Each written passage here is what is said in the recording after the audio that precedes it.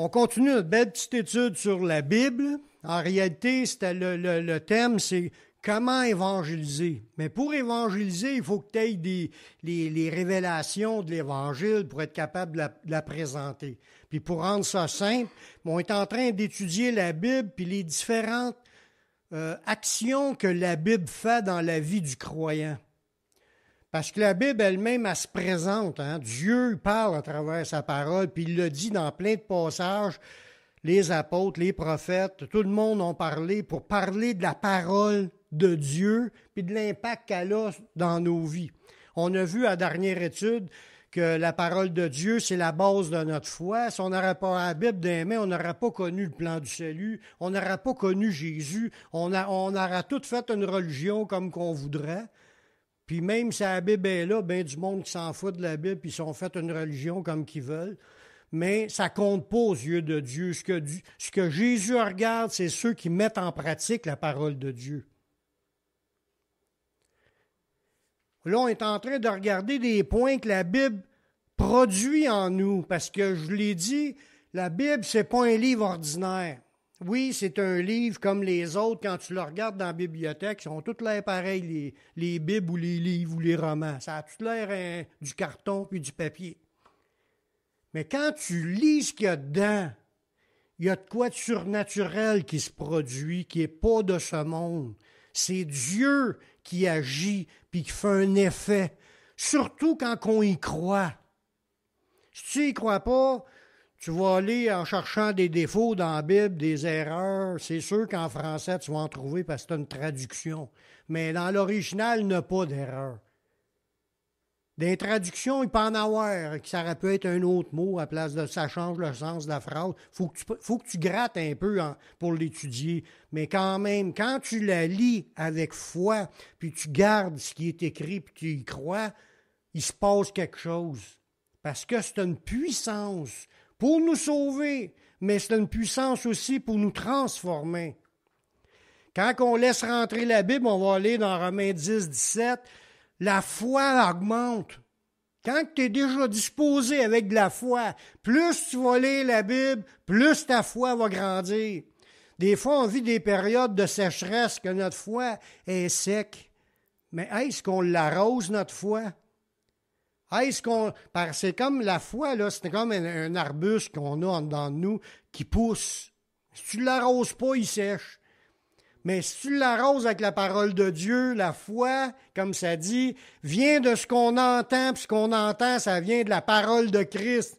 Fait que plus tu vas écouter la parole de Christ, la parole de Dieu, plus tu vas l'écouter avec un cœur honnête et bon pour le recevoir, il va se produire quelque chose dans ta vie parce que c'est une puissance de Dieu exprès pour cela. Fait que si vous voulez grandir dans la foi, mettez-vous à aller plus la Bible. Amen. C'est simple de même.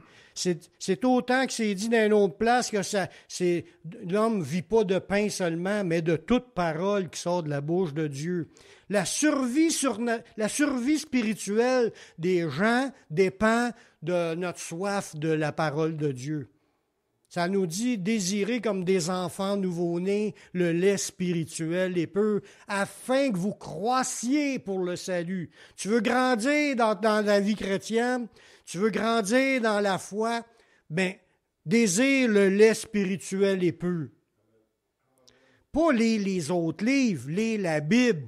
C'est la Bible, c'est les paroles de Dieu qui sont la puissance qui change les vies. Le reste, c'est tout accessoire. C'est comme manger une soupe. Ce qui fait que la soupe est bonne, c'est pas l'eau. C'est qu'est-ce que tu mets dedans. Mais si tu te nourris de la Bible, de versets, tu vas te renforcer. Mais si tu bois juste l'eau, qui est les choses de ce monde, les discours d'un, puis il parle bien, lui, c'est peut-être, mais c'est pas la parole de Dieu, c'est les choses du monde. L'eau, elle sert à rien. C'est qu'est-ce que tu mets dedans qui donne les vitamines dans ton lunch. Amen. La parole de Dieu, quand elle pénètre une personne, ça nous régénère. Ça nous a régénérés. Parce que dans 1 Pierre 1, 23, ça nous dit, vous avez été régénérés, pas par une semence corruptible, mais par une semence incorruptible, par la parole vivante et permanente de Dieu. Savez-vous que ça veut dire, le mot régénéré qu'il y a là? Naître de nouveau. Tu es devenu une nouvelle créature, une nouvelle personne. On a été régénéré par la parole vivante et permanente de Dieu. On voit que la Bible, c'est bien plus que juste des mots dans un livre. Quand quelqu'un y croit, il se passe de quoi dans la vie du croyant? Ça nous a sauvés, mais ça nous a aussi fait qu'on devienne une nouvelle personne. Parce que si on n'aurait pas eu tout ce qu'on a reçu de la parole, on serait encore 100% comme avant. On serait comme aveugle, on ne saura pas c'est quoi que c'est supposé de faire. On n'a pas, vu que tu n'as pas été donné, tu ne sais pas où ce qui est. Tu ne te regardes pas comme dans le miroir pour voir où ce que tu es rendu. Puis de faire le point face à ce qui est dit. La parole, elle, est plus que juste reflétée. Quand tu la laisses rentrer, puis tu y crois, puis tu la confesses, il va se produire quelque chose que ta vie va changer. Puis tu deviens de jour en jour transformé. Tu as été régénéré en le recevant avec foi, mais toute ta vie, elle va continuer à faire un processus de transformation jusqu'à temps que tu arrives à être pareil comme Jésus. C'est-tu assez fort? Merci Seigneur. Puis le Saint-Esprit sert de la parole pour le faire. Amen. Oui, parce que c'est de la puissance de Dieu qui est dans ces mots-là. Ça ne retourne pas à Dieu sans avoir fait un effet. La parole de Dieu, en plus de ça, la Bible nous dit que la parole de Dieu nous délivre du péché. Je l'ai mentionné l'autre jour. Jésus a dit ça à des Juifs qui croyaient déjà en lui. Là. Il leur dit, « Si vous demeurez dans ma parole », on ne voit pas demeurer juste dans la foi. Demeurer dans la foi que Jésus est venu, ça c'est une chose. Mais si vous demeurez dans ma parole, là on voit que Jésus s'attend que ceux qui le suivent puissent aller plus creux que juste croire que Jésus est venu puis qu'il est mort sur la croix. Là. Demeurer dans sa parole, c'est de connaître ce que Jésus a dit pour le vivre. Il dit, si vous demeurez dans ma parole, vous êtes vraiment mes disciples. On est-tu des vrais disciples de Jésus? On voit l'importance de la parole. Faut qu'elle soit en nous. Faut qu'on la vive. Si, comme je vous disais tantôt, faire assemblant, c'est être un acteur. Mais quand tu vis le vrai rôle d'un chrétien, tu es animé par la parole. Tu rouvres la bouche, c'est la parole qui sort. Dans tes pensées, la parole tourne. Tu médites, tu y réfléchis, tu en parles. Tu es dedans, ta vie. Tu es comme un livre ouvert, comme Jésus est un livre ouvert. Jésus était la parole faite chair. Mais nous aussi, on est des livres, puis tout le monde nous lit. Quelle histoire le monde a quand ils nous entendent? Quelle histoire qu'ils apprennent de nous? Est-ce qu'on est des livres ouverts pour que la parole puisse être répandue puis qu'elle puisse faire un effet dans la vie des autres? C'est ce que Dieu veut. Mais il dit, si vous demeurez dans ma parole, vous êtes vraiment mes disciples. Puis là, il dit, il va se passer quelque chose quand tu demeures dans sa parole. Vous connaîtrez la vérité. Ouais, mais je connais déjà Jésus. Il y a plus. La vérité, c'est pas juste un concept comme croire que Jésus est le sauveur. C'est pas juste ça. La vérité, c'est un ensemble de données. Ta parole est la vérité. La vérité, c'est que tu ne peux pas séparer avec un morceau. Tout l'ensemble de la parole de Dieu est la vérité.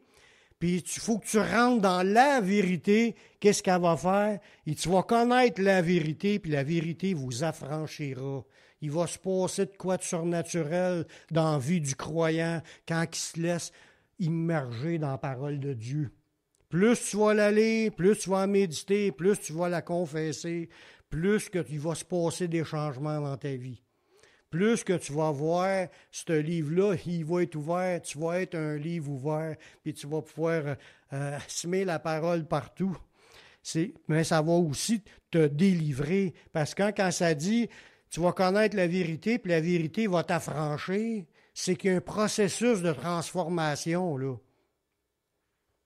Moi, je ne suis pas pareil que quand j'ai accepté Jésus. Ou je ne suis pas pareil qu'avant que je l'accepte. Puis après, quand je l'ai accepté, j'ai déjà commencé à changer. Puis là, je ne suis pas pareil que avant que j'accepte. Chacun des croyants en Jésus n'est pas pareil. Quand tu crois en lui, puis tu te nourris de sa parole, il y a des changements qui se font, puis ça se remarque. Tu regardes des personnes, puis tu dis, il n'est pas pareil. Le monde va dire, il n'est pas pareil, il doit être resté accroché sur la drogue. Ben, c'est ça qu'ils m'ont dit, moi. Puis, tu parles de Jésus, tu es en amour avec le Seigneur, puis tu parles de Jésus. Le monde, il essaye de trouver une raison, mais ils ne comprennent pas. Puis c'est pour ça que Jésus a dit que le Saint-Esprit, il dit le monde peut pas, il le verra pas, il peut pas le voir, mais vous le connaîtrez, puis il va être en vous. C'est le fait de cette nouvelle vie qui ça permet tout cela. Le monde ne comprenne pas, puis il ne voit pas ce qui se passe. Il voit qu'il y a un changement, mais il n'arrive pas à saisir le pourquoi, mais nous, on le sait. C'est Dieu qui fait ça en nous, parce qu'on a laissé rentrer sa parole. J'en ai parlé un petit peu aussi de ce point-là que je vais vous dire que la parole de Dieu, là, Dieu a donné sa parole dans le but de nous guérir. Sa parole fait du bien. Elle nous rafraîchit, elle nous restaure, elle nous console, elle guérit notre corps aussi. Parce qu'on croit au verset, puis on s'accroche, puis il va se passer des événements dans notre vie. Parce que Dieu a fait que le système soit bâti de même. Je envoie ma parole, comme on l'a chanté, j'ai envoyé ma parole pour vous guérir, moi le Seigneur. Bon, mais c'est ça. C'est un verset de la Bible dans l'Ancien Testament. Mais je vais vous le lire. Dans le psaume 107, ça dit, au verset 19, « Dans leur détresse, ils crièrent à l'Éternel, et il les délivra de leur angoisse. Il envoya sa parole et les guérit, puis les fit échapper de la fosse, c'est qu'ils ne sont pas morts. » Dieu, quand tu l'invoques, il envoie sa parole, puis les guérisons sont là. Ce qui a été donné dans la Bible, les promesses, c'est des paroles de Dieu qui nous ont été envoyées puis qui ont été mises là par écrit pour nous parler, pour nous dire qu'il peut se produire ces choses-là dans la vie de ceux qui y croient. Bien important qu'on paye sur ce point-là, parce que c'est ça qui était le thème du début de la réunion dans Hébreux 4.2. Il dit, « Cette bonne nouvelle nous a été annoncée aussi bien qu'à eux, mais la parole qui leur fut annoncée ne leur servit de rien, parce qu'elle ne trouva pas la foi chez ceux qui l'entendirent. » Si tu n'y crois pas assez pour la saisir, il ne se passera rien. Chacun doit saisir par la foi les promesses. Il faut que tu t'en accapares. Tu dis, ça c'est une parole pour moi, puis elle va me guérir. Dieu, il marche de même. Il répond à ceux qui ont la foi. Puis il faut s'accrocher avec foi. Il faut arrêter de douter, frères et sœurs. Le doute, là, c'est notre ennemi. Le diable, lui, c'est le spécialiste à nous injecter des doutes. Si votre pensée tourne dans des doutes, c'est parce que le diable est en train de vous en mettre. Chassez ça au nom de Jésus. Sa parole est vérité, puis le diable, c'est un menteur. Puis notre corps aussi, il est menteur, puis lui aussi, des fois, il ne veut pas croire. Mais on n'est pas là pour s'écouter, on n'est pas là pour écouter le diable, on est là pour écouter Dieu, puis le prendre au mot. Amen. C'est là, en croyant par la foi, qu'il va se passer des choses. Merci Seigneur. C'est la même chose quand Jésus était à la terre dans Matthieu 8,16. Il dit, le soir, on amena auprès de Jésus plusieurs démoniaques. Il chassa les esprits par sa parole, puis il guérit tous les malades. Quand Dieu rouvre la bouche, puis il prononce quelque chose, la puissance de Dieu est ouverte, puis là, les guérisons, puis les délivrances sont là. Grâce à la parole qu'on a aujourd'hui dans nos mains, on peut entendre Dieu nous parler, puis tout ce qu'il a dit depuis le début de la création, pas tout ce qu'il a dit, mais beaucoup de choses que Dieu a dit nous sont parvenues par écrit. C'est pour nous donner des références, puis qu'on puisse s'accrocher par la foi. Puis c'est ça que ça dit dans le Nouveau Testament. Toutes ces promesses, toutes, en ce qui concerne toutes les promesses de Dieu, elles sont oui et amen en Jésus. C'est le même. Si on ne croit pas ça, bon, on est dans le doute, on est dans égaré. Faut vraiment se parler pour ramener notre foi, s'enraciner avec quand je parle de racines, là, que notre âme soit enracinée, qu'elle veuille devenir un avec la parole qui est annoncée. Amen. Alléluia. La parole de Dieu, même si tu es un gars bien ordinaire, là, parce que Dieu a choisi les choses folles du monde pour confondre les sages. Puis il ne faut pas être surpris qu'on est assis dans une église, puis aux yeux des autres, des fois, on est des ticounes, du monde ordinaire. Ça se peut. Ça se peut, parce que c'est Dieu qui a choisi, puis il a décidé de choisir du monde ordinaire. Puis je suis une personne ordinaire, là. Mais Dieu, il dit, à cause qu'on a reçu sa parole, là, que la parole de Dieu, elle va nous éclairer, puis elle nous donne de l'intelligence. Dans le psaume 119, verset 130, ça dit « La révélation de tes paroles éclaire. » Il y a des lumières qui s'allument quand tu te mets à lire la Bible et tu la comprends. Tu comprends des affaires que tu ne comprenais pas avant. Puis, elle donne de l'intelligence aux simples.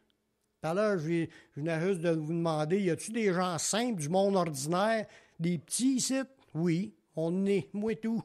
J'étais un petit, mais si j'arrive, si je laisse rentrer la parole de Dieu, là, aux yeux de Dieu, je suis une personne intelligente. Les sages de ce monde, ils cherchent toutes sortes de raisons pour ne pas croire en Dieu, à essayer de trouver des preuves scientifiques qu'il n'y a pas de créateur. Mais la sagesse du monde est folie devant Dieu, parce que dans leur sagesse, ils n'ont pas trouvé Dieu. Ils ne trouveront pas Dieu de même non plus. Mais Dieu se révèle aux simples, puis quand tu laisses rentrer sa parole, tu es une personne intelligente aux yeux de Dieu. Pourquoi? Tu es en train de te préparer à rentrer dans l'éternité. Y a-tu de quoi de plus intelligent que ça? Pas parce que tu vas savoir par cœur le dictionnaire ou que tu vas être capable d'expliquer toutes les théories de... C'est pas ça qui est de l'intelligence aux yeux de Dieu. L'intelligence, c'est de connaître Dieu puis de vouloir appliquer ta vie à obéir à Dieu. Puis dans le dernier verset, je vais vous le lire tantôt, ça donne la réponse pourquoi que c'est important, vous allez le voir. C'est une question de survie. C'est une question de survie éternelle. Fait que la parole de Dieu dans le psaume 119, 130, il dit « La révélation de tes paroles, ça l'éclaire, puis elle donne de l'intelligence aux simples. » Amen, j'en veux. J'en veux toute l'intelligence de Dieu. On continue aussi en regardant dans le psaume 119, 105, il dit que la parole de Dieu, c'est une lampe, c'est une lumière qui nous éclaire. Ça dit « Ta parole est une lampe à mes pieds, une lumière sur mon sentier. » Des fois, on se demande qu'est-ce que je devrais faire, ça ou ça. Mais trouve ta réponse dans la Bible. La lumière vient de la Bible. Quand on ne comprend pas quelque chose, on est comme dans l'obscurité. Quand tu comprends une réponse qui vient de la Bible, tu viens d'être éclairé. C'est ça la lumière de Dieu. Dieu nous parle de tous les points principaux qu'on a besoin de savoir, qui nous permettent de grandir dans le Seigneur. Tout ce qui est nécessaire à savoir, c'est écrit. Puis tout ce qui est écrit là, si tu le comprends puis tu l'appliques, tu es un gars éclairé. Tu as la lumière de Dieu qui t'éclaire. C'est grâce à la lumière de Dieu qu'on va marcher dans le sentier du Seigneur qui nous mène dans la vie éternelle. Tu vas aller à Jésus, puis tu vas confesser ta vie. Puis tout ça, là, on l'a appris où, ça? On l'apprend dans la parole de Dieu. Ce que Dieu aime, ce que Dieu n'aime pas, tu l'apprends dans la parole de Dieu. Ça nous éclaire. C'est nécessaire. C'est nécessaire pour notre marche, frères et sœurs. C'est comme un gars qui part en voyage avec sa femme, puis il décide de s'en aller. On s'en va en Floride, à telle place. puis il ne prend pas de map. Pas de GPS, pas de map. Il s'en va à l'aveuglette, il sait pas où il s'en va, mais il embarque dans son char avec son stock, puis là, il paye sur le gaz, mais où c'est qu'on va? Là? On revient-tu à gauche ou on revient à droite? Quelle rue qu'il faut aller prendre? Quelle autoroute? On s'en va vers où? On peut se ramasser au pôle Nord aussi. Parce qu'il n'y a pas la lumière qui l'éclaire, qui vient de la parole de Dieu, qui montre le chemin. On a besoin de ça, frères et sœurs. Oui, on vient à l'église, on en apprend, mais si vous continuez à étudier ça chez vous, en la méditant, tout ça, vous allez grandir encore bien plus vite. Puis vous allez pouvoir même être capable d'arriver un jour d'éclairer les autres sur des sujets. Amen. La parole de Dieu, ça a encore d'autres effets, on en voit d'autres. Quand tu la laisses rentrer dans ta vie, là, ça purifie ton âme. Purifier, là, c'est de rendre de plus en plus pur. Dans 1 Pierre 1, 22, ça nous dit, quand on est venu à Jésus, là, ça dit « Ayant purifié vos âmes en obéissant à la vérité. » Ouais, mais j'ai accepté Jésus. Il n'y a pas juste cette partie-là, comme vous disiez tantôt, dans la révélation. Savoir que Jésus, c'est le Sauveur, c'est une chose. Appliquer ce que Jésus a dit dans ta vie, ça n'est un autre. On est tous appelés à appliquer dans notre vie les révélations que Jésus nous a données, les lumières. C'est de même que tu vas devenir une lumière. Jésus dit, si la lumière qui est en toi est ténèbre, combien sera grande ces ténèbres? Ouf! Faut être éclairé de la lumière de Dieu, frères et sœurs. Faut prendre du temps pour méditer, réfléchir, penser au verset. C'est ça, la lumière. Puis quand tu la laisses rentrer, ça purifie ton âme. Ton âme devient de plus en plus pure. Comment ça? Parce que tu mets à obéir à la vérité. Ça dit bien dans le passage, ayant purifié vos âmes en obéissant à la vérité. Plus que tu vas être à l'obéissance de ce qui est écrit, plus ta vie va être pure aux yeux de Dieu. Il y a d'autres versets qui nous parlent de cela. Dans le psaume 119, le verset 9, ça nous dit « Comment le jeune homme rendra-t-il pur son sentier? » Mais c'est en se dirigeant d'après la parole de Dieu.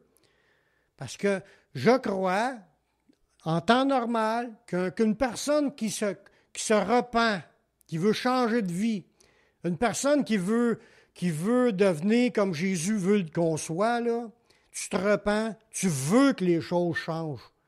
Tu veux plus rester dans tes corruptions, tu veux devenir pur dans ta vie. Y a-t-il quelqu'un qui veut pas être pur ici?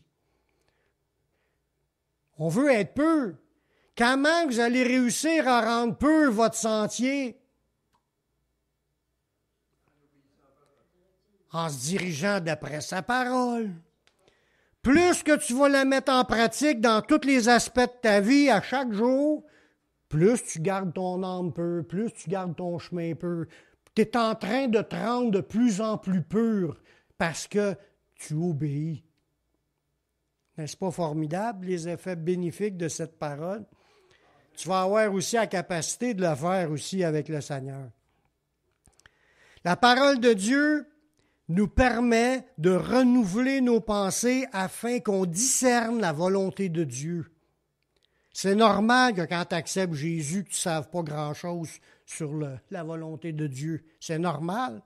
La seule affaire que tu as appris, c'est que tu étais un pécheur, puis que tu t'en allais à cause de ça, tu t'en allais dans la perdition. Puis tu savais que tu avais besoin d'un changement, puis là, tu as appris que c'est Jésus qui est mort pour te pardonner, te permettre de recommencer ta nouvelle vie avec Jésus. Ça, c'est le départ. C'est normal que tu ne saves pas tout le reste. Comment que les gens peuvent changer leur pensée pour arriver à penser comme la Bible veut qu'on pense, puis qu'on puisse vivre comme la Bible veut qu'on vive. Tu as besoin de la parole.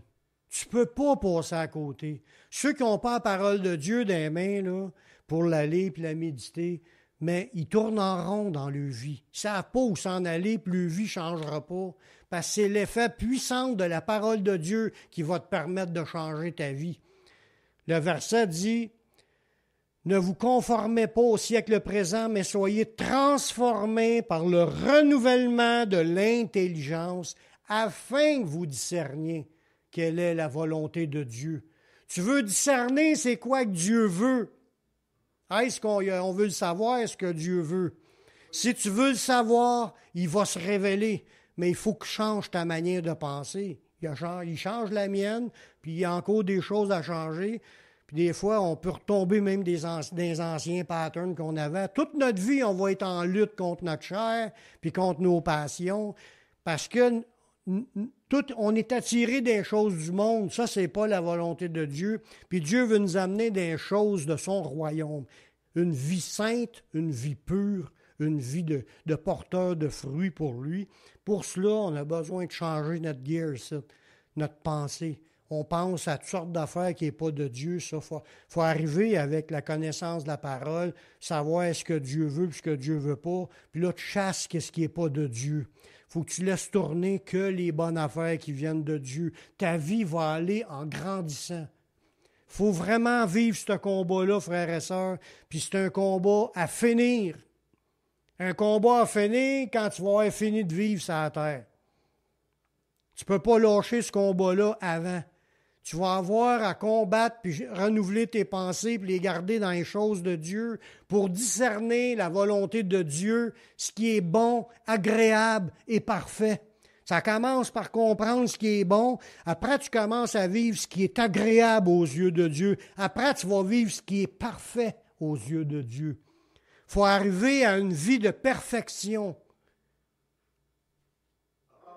Amen. Est-ce qu'on vise d'être parfait? Est-ce qu'on a encore cette vision-là d'être parfait devant Dieu, dans sa volonté, être parfait dans l'obéissance?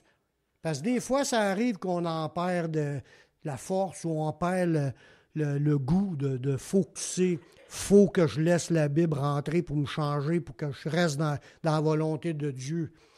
Mais si ça arrive, il faut demander au Seigneur de nous renouveler parce qu'on a besoin de rester dans ce combat-là toute notre vie.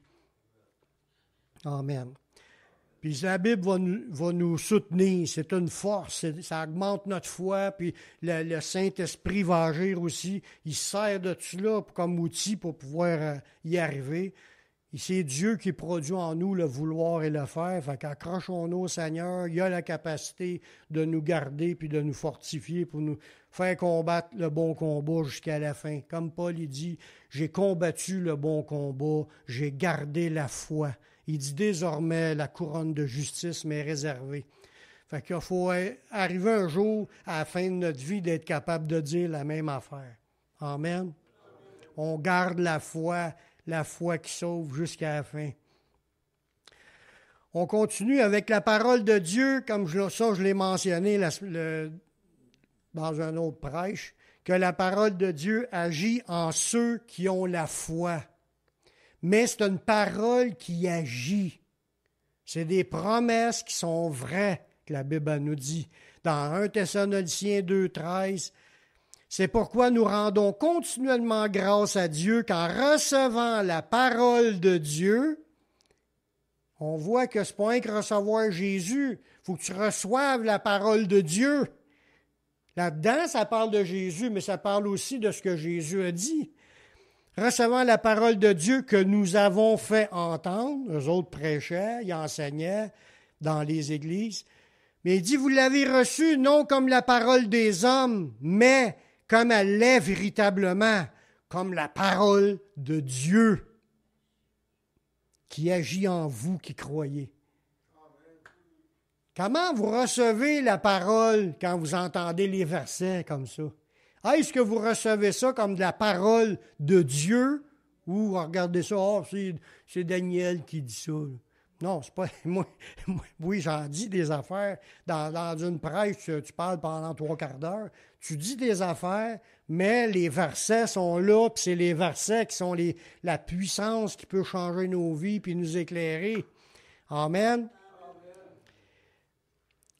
Puis là, il dit, quand ces gens-là de Thessalonique, quand ils ont reçu la parole que Paul enseignait et prêchait, mais il dit, ces gens-là l'ont reçu comme, hey, c'est la parole de Dieu. Ils recevaient ça. Les gens de Bérée, eux autres, ils examinaient chaque jour si les écrits qu'ils entendaient, si c'était exact. Ils examinaient ça dans les écrits des textes de l'Ancien Testament. Ils étudiaient, ouais, si Paul disait 100% ce qui était écrit. Puis il dit, la parole de Dieu, c'est la parole de Dieu. Puis quand tu y crois, elle va agir en toi qui crois. Amen. La parole de Dieu nous donne de réussir dans tout ce qu'on entreprend. Si un chrétien veut vivre, mais il se part en affaires, mais il veut vivre sa vie sans suivre les règles qui sont écrites dans la parole de Dieu, pensez-vous que ça va réussir? Non. Si le gars, il se met à frauder, puis il travaille en dessous de la table, puis il vole ses employés, puis peu importe tout ce qui en est né de toutes les crocheries qui peuvent exister dans ce monde, si tu ne suis pas les règles de Dieu, c'est sûr que tu n'auras pas la bénédiction de Dieu. Si tu veux la bénédiction de Dieu, mets en pratique ce qui est écrit. C'est ce que Dieu a dit à Josué dans l'Ancien Testament, dans Josué 1,8. Il dit que ce livre de la loi ne s'éloigne point de ta bouche, médite-le jour et nuit pour agir fidèlement selon tout ce qui est écrit. Cette pensée-là est encore pour aujourd'hui. Tu médites la parole, tu t'en éloignes pas. Tu la médites jour et nuit pour agir fidèlement. Il faut l'appliquer, il faut la mettre en pratique. Puis si tu la médites, tu vas avoir, non seulement tu vas comprendre, puis tu vas avoir les lumières qu'il faut, mais tu vas avoir aussi la bénédiction de Dieu dans ta vie. Ça nous dit, pour agir fidèlement dans tout ce qui est écrit, car c'est Dieu qui parle là. C'est alors que tu auras du succès dans tes entreprises. C'est alors que tu réussiras. Savez-vous, la première entreprise que Josué avait à faire, c'était de marcher selon la parole pour qu'il soit sauvé. Bien beau, oui. Moi et ma maison, nous servirons l'Éternel. C'est bien beau que le peuple rentre dans terre promise puis il conquiert les affaires ou il ne rentre pas parce que ça, c'était secondaire. La première entreprise, pourquoi qu'on doit obéir au Seigneur, c'est pour faire partie de ceux qui vont rentrer. Bien beau que tu te pars en business, tu veux marcher tout fidèle, tu penses que Dieu va te faire réussir, que tu n'auras pas de pépins dans ta vie financière. Ce n'est pas réellement la priorité. La priorité, tu entreprends des choses, fallait en t'appliquant des choses du Seigneur, premièrement, pour être de ceux qui vont être sauvés. Si tu veux marcher tout croche parce que tu n'as pas à craindre de l'Éternel, puis tu n'as pas la foi qui sauve, les promesses ne seront pas agissantes dans ta vie. Je ne parle pas encore des bénédictions terrestres, je parle du salut, de demeurer en lui. C'est ça qui est le point le plus important d'une réussite qu'on a besoin. Demeurer en lui afin que lui demeure en nous. Garder le contact, garder la communion, puis mettre en pratique pour le glorifier. Le reste, c'est accessoire, ta réussite. Il y en a des chrétiens consciencieux que ça n'a pas marché financièrement. Mais ça, c'était une épreuve qu'il a vécue pour éprouver sa foi. Parce que premièrement, c'est de marcher par la foi, puis dans l'obéissance. Puis c'est ça qui fait de toi un vrai disciple. C'est pas la réussite financière, voyez-vous. Il y en a qui sont complètement menteurs, voleurs, puis tout le kit, puis ils réussissent financièrement. Mais aux yeux de Dieu, ils sont perdus. C'est comme l'exemple du gars qui avait ramassé des récoltes au-delà de ce qu'il en avait, puis il a dit, je vais agrandir mes greniers, puis je vais en avoir encore plus, puis il dit, je vais avoir de quoi me reposer, mon âme, réjouis-toi, mange, bois et te réjouis. Puis Dieu lui dit, insensé, cette nuit même, ton âme sera redemandée, puis tout ce que tu as ramassé, ça va servir à quoi? Puis ça dit, il est ainsi de celui qui n'est pas riche pour Dieu. Si tu n'es pas riche dans les choses de Dieu, tout ce que ton travail sert absolument à rien. L'important, c'est qu'on marche dans l'obéissance pour prouver qu'on est un vrai disciple. Amen. Je me dépêche. La parole de Dieu, là, un autre bel effet qu'elle va produire en nous. Si tu la mets en pratique, ça va te rendre heureux. Il se passe de quoi? Ça, ceux qui font de l'évangélisation, ça c'est un exemple. Tu fais de l'évangélisation, tu réussis à parler du Seigneur à quelqu'un. Quand tu as fini, tu t'en vas, y a-tu de quoi qui se passe en dedans? Il se passe de quoi? Tu es content, tu es heureux. Il se produit quelque chose. Ça, c'est Dieu qui fait ça. C'est le Saint-Esprit. Parce que tu mets en pratique puis tu veux faire, Dieu te bénit. Il nous remplit notre cœur de joie. Mais il dit dans la parole que si tu mets en pratique la parole, ça va te remplir. Tu vas être heureux. Peut-être que tu n'as pas grand-chose dans la vie, mais tu vas être qu'un homme comblé intérieurement. Dans Jacques 1, 25, il dit « Celui qui aura plongé les regards dans la loi parfaite, la loi de la liberté, et qui aura persévéré, n'étant pas un auditeur oublieux, mais se mettant à l'œuvre, il dit, celui-là sera heureux dans son activité. » Tu veux la joie intérieure, la paix, tu pètes le feu intérieurement, mais mets en pratique la parole, puis tu vas l'avoir la bénédiction de Dieu dans ta vie. Amen. La parole de Dieu, elle a un autre effet qu'elle fait dans nos vies, puis celle-là, des fois, on l'aime moins. On aimerait que ça n'arrive pas trop souvent. C'est que la parole de Dieu nous juge pour nous redresser. Dieu s'en sert quand tu lis pour te parler. Pour des fois, pour ramener ta vie qui n'est pas conforme.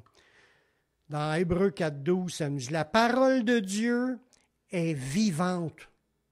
C'est ça que je l'ai dit l'autre jour. La parole de Dieu, ce n'est pas un livre ordinaire. Ça vit. Quand tu laisses rentrer ça, puis tu médites ça, ça rentre en dedans de toi, puis ça fait quelque chose. Ça te pousse, ça te tire, ça brasse, ça te bouleverse, ça change, ça nous parle. C'est vivant, ça dit que c'est vivant, puis c'est efficace. Ça dit que c'est plus tranchant qu'un épée quelconque à deux tranchants. Un infime, là, le gars, il a une épée qui coupe ses deux bords, là, puis il swing ça, puis tu vois tout le monde en revoler, coupé en deux. Mais la parole de Dieu, c'est plus tranchant que ça encore. Ça ne regarde pas qui tu es, ça regarde, ça passe par là. Peu importe qui tu es, ça s'adresse à toi, puis il faut que tu changes. Ça dit, elle pénètre. Ça, c'est comme du WD-40, là, que tu mets sur une botte qui est rouillée. Tu mets ça là, puis ça travaille. C'est de l'huile pénétrante qui permet de disloquer la rouille pour que la botte soit plus facile à dévisser. Mais la Bible, c'est plus efficace encore que du WD-40. Ça pénètre dans ton âme puis dans ton esprit. Puis jointure et moelle, puis elle juge les sentiments puis les pensées du cœur. Ça juge, ça tranche, ça te pénètre, puis des fois, il y en a là, qui vont rester accrochés sur une culpabilité parce qu'il y a un verset qui est là, puis c'est pas le diable nécessairement qui met ça. Là. Il y en a qui pensent, c'est le diable qui m'achète. Non. Si c'est une affaire que tu dois obéir, c'est le Saint-Esprit qui sert de ça pour que tu obéisses. Quand ça arrive, puis tu as de quoi là, qui te ramène tout le temps, là, mais il y a de quoi te montrer, là, puis il faut que ça passe ou ça casse. Elle est pénétrante, elle est vivante, la Bible. Mais il ne faut pas dire, oh, c'est trop vivant, je ne toucherai pas. Non, c'est le contraire. Laisse cette vie-là rentrer en toi. C'est la vie, la santé, c'est la bénédiction, c'est la joie et c'est la lumière. C'est tout ce qui est bon. Puis je finis avec un dernier verset. La parole de Dieu nous empêche de nous perdre. Ce n'est pas des farces. Ceux qui s'en vont, qui vont périr, là, ils s'en vont dans la perdition. Mais tu as déjà des âmes perdues avant. Quand tu sais pas où tu t'en vas, là, tu es égaré dans la vie. Tu peux dire, moi, je me lève pour aller travailler, puis je mange, puis je nourris ma famille, puis je fais tout ce que je suis posé de faire. Mais c'est pas juste ça, là, la vie. Là. La vie, c'est connaître Dieu, connaître son Fils, puis de marcher avec lui. C'est ça qui est le chemin de la vie. suivre Jésus, être son disciple. Tous les humains sur la terre doivent marcher dans ce chemin-là. S'ils ne le font pas, ils sont perdus. Ce n'est pas des farces que ce que je vous dis là. Peu importe comment ce qu'il s'appelle, même si c'est un membre de notre famille, s'il ne suit pas Jésus, comme c'est écrit, il est perdu. Alors, regardez bien ce prochain verset-là, qui est le dernier verset pour aujourd'hui, dans le psaume 107, au verset 10. Ceux qui avaient pour demeure les ténèbres et l'ombre de la mort vivaient captifs dans la misère et dans les chaînes. Voyez-vous, juste là, on arrête ça pour juste réfléchir à ça. Ceux qui avaient pour demeure les ténèbres, c'est du monde qui s'appose, qui s'en va, ils n'ont pas la lumière de la vie. Ils sont dans les ténèbres, ils sont dans l'ombre de la mort, mais ils vivent captifs. Ils vivent dans des chaînes, puis ils ne savent pas. Oh, ils ont du fun quand ils sont ensemble le soir, sous, puis couchés avec une puis l'autre, puis tous les parties, les échanges de couple, puis tout ce qui... Ils ont bien du fun charnellement, mais ils ne savent pas qu'ils sont captifs, puis dans des chaînes, parce qu'ils vivent des ténèbres, là. Il y a quelque chose qu'ils ne comprennent pas. Tous ceux qui sont dans la lumière comprennent qu'ils sont enchaînés, mais eux autres ne le comprennent pas, ils ne voient pas les vraies affaires que Dieu voit, que Dieu déclare. Alors, regardez bien pourquoi ils sont dans les ténèbres, puis pourquoi ils sont dans les chaînes, puis dans la misère. L'autre verset, parce qu'ils s'étaient révoltés contre les paroles de Dieu, parce qu'ils avaient méprisé le conseil du Très-Haut. Où est-ce qu'on apprend la parole de Dieu puis les conseils du Très-Haut?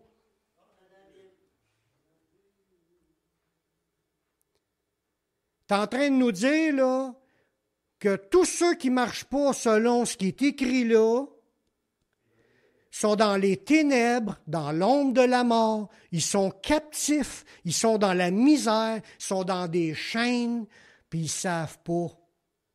Tous les humains sur la terre devraient être en train de s'enligner à obéir au conseil de Dieu et à sa parole. Elle est déjà écrite, puis on l'a dans les mains. Ce n'est pas des farces. S'ils ne sont pas en train de marcher dans ça, sont, aux yeux de Dieu, sont en train de se révolter contre ça. Ça dit parce qu'ils s'étaient révoltés contre les paroles. Aux yeux de Dieu, tous ceux qui ne sont pas en train de marcher selon la parole de Dieu, c'est des révoltés. C'est des gens qui se rebellent à Dieu. C'est des gens qui savent qu'ils ne savent pas. Ils sont dans le chemin des ténèbres et l'ombre de la mort. Puis il dit, telle voie paraît droite à un homme, mais son issue, c'est la voie de la mort. Ce n'est pas des farces, c'est ce que je vous dis là. Puis ceux qui, contraire, qui s'appliquent à vouloir la mettre en pratique, c'est des gens qui veulent se soumettre à sa volonté. Eux autres marchent dans la lumière. Alors regardez ce que Dieu fait à ces gens-là qui se révoltent contre sa parole. Ça dit au verset 12, « Il humilia leur cœur par la souffrance, puis ils succombèrent, et personne ne les secourut. » La misère, l'humiliation, les souffrances attendent ceux qui se rebellent contre les paroles de Dieu. Puis personne ne va pouvoir lui venir en aide, mais qui se présente devant Dieu. Personne pour les secourir. Ceux qui marchent dans la volonté de Dieu, on a une personne qui nous secourt, qui prêche pour nous, qui parle pour nous, qui intercède pour nous, qui nous représente devant Dieu. C'est le Seigneur Jésus-Christ. C'est notre avocat auprès du Père. Ceux qui meurent dans les ténèbres, il n'y a personne pour les secourir. C'est la perdition éternelle.